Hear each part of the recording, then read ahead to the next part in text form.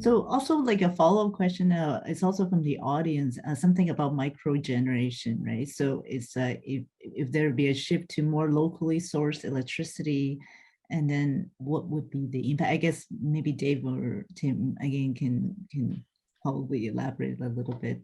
What would it have, for example, what impact it might have on the energy market?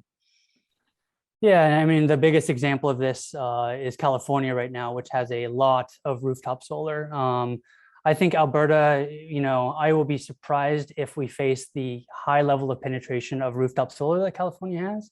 But yes, it is a challenge. And some big challenges that places with a high amount of rooftop solar face is demand is relatively forecastable and predictable. And we're kind of building that into our system. But as you get more and more microgeneration, not even just from an engineering side, but from a market side, you're getting now more uncertainty and variability on the demand side, which you have to manage. And that's a pretty complex task to do. So just purely from a management perspective and market perspective, the higher variability on the demand side is an increasing challenge.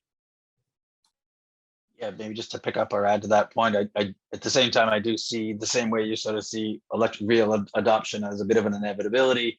I think there's no doubt that we'll see more rooftop solar being adopted, given just how low cost it is relatively to where it was even just a few years ago. So we are going to have to sort of plan for that transition. Having said all that, if you kind of going back to maybe what I was trying to say earlier, that the scale of the system is still so big that I think it's hard to imagine that fully distributed rooftop solar ultimately replaces the overall system. And so it's a kind of a yes and scenario where it's good to have that as supplementary support and in helping the overall system, but it's hard to imagine that you fully get away from the huge transmission system given the reliability and the scale of the overall system. Julianne, if I could jump in and just add a little piece here as well, and maybe this just sort of helps the lead into where we might be heading in some of this space. And so right now there's actually a really interesting microgeneration pilot project that's currently underway at the Cadillac Fairview Chinook Mall here in Calgary.